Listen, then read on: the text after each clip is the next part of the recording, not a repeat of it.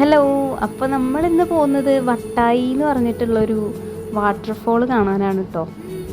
അതായത് നമ്മുടെ തൃശ്ശൂരിൽ നിന്ന് ഒരു 14 കിലോമീറ്റർ ഉള്ളിലേക്കാണ് കേട്ടോ ഈ വട്ടായി എന്ന് പറഞ്ഞ സ്ഥലം വരുന്നത്.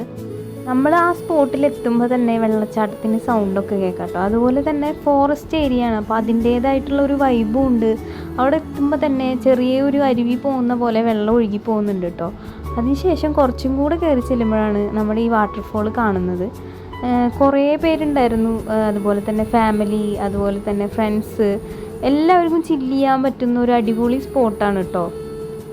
ഇത് നമ്മളാരും അറിയാത്തൊരു സ്പോട്ടാണ്, ഒരു ഹിഡൻ സ്പോട്ടായിരുന്നു.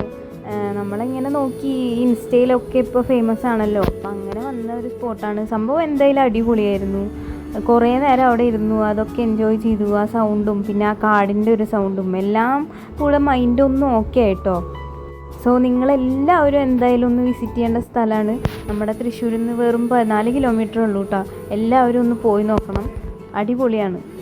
അപ്പോൾ ഡയറക്റ്റ് തൃശ്ശൂരിൽ നിന്ന് ബസ് സർവീസൊക്കെ ഉണ്ട് കേട്ടോ.